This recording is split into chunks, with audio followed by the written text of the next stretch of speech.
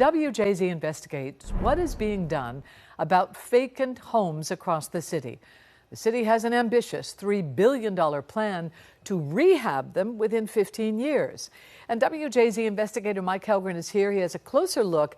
All right, so 15,000 is the number I remember, the number of vacant homes. How big is the problem still at this time? We're just below 13,000. There's been a lot of progress in the past 4 years, but there's a lot more that needs to be done.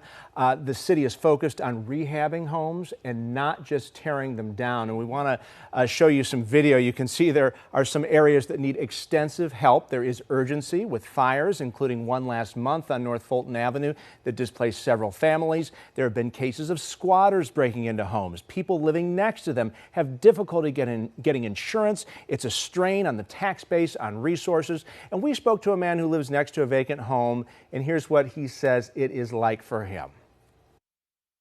It sounded like an earthquake. That's what it sounded like.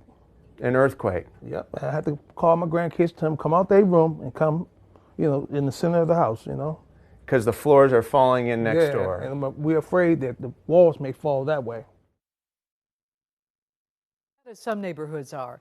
There are some successes that the cities can point to, and I know you went to an example of the kind of renaissance that can happen in one neighborhood. It's in the Upton neighborhood, and this is a place that the city housing commissioner wanted us to focus on. The city took about 10 years there to acquire close to 40 homes. There are 28 of them on Harlem Avenue that have been renovated, and there are 10 more about to be rehabbed on Edmondson Avenue. You're looking at those Harlem Avenue homes. These rehabbed homes are really beautiful inside. They have roof decks, huge primary suites.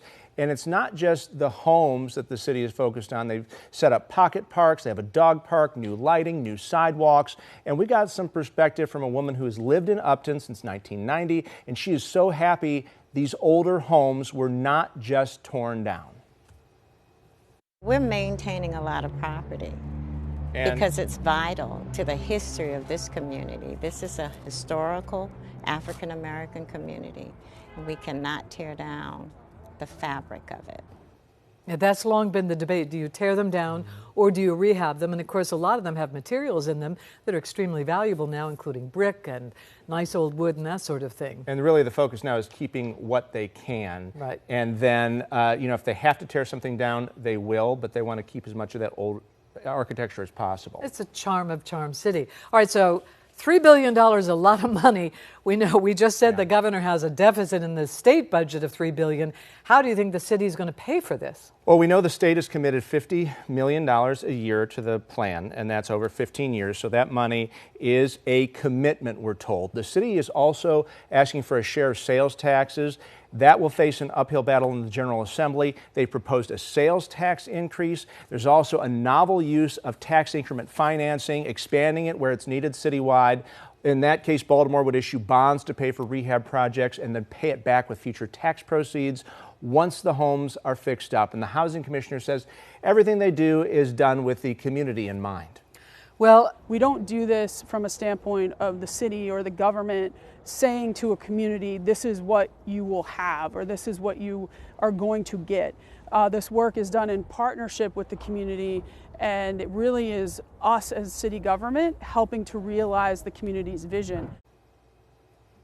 I tell you, anyone who drives around the city knows this is an enormous problem, and if they can do what they're planning to do, if they can do that, it will change the life for everybody who lives here. And they say it's long-term, it's no longer a piecemeal approach, and they say that's what makes it different about some of the plans we've seen in the past. Yeah, 15 years, she said.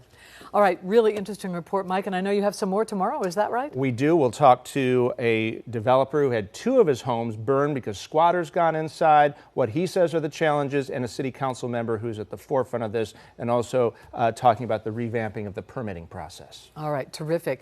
And if you have a story, by the way, that you'd like Mike to investigate, email us at newsroom@wjz.com. Thank you, Mike.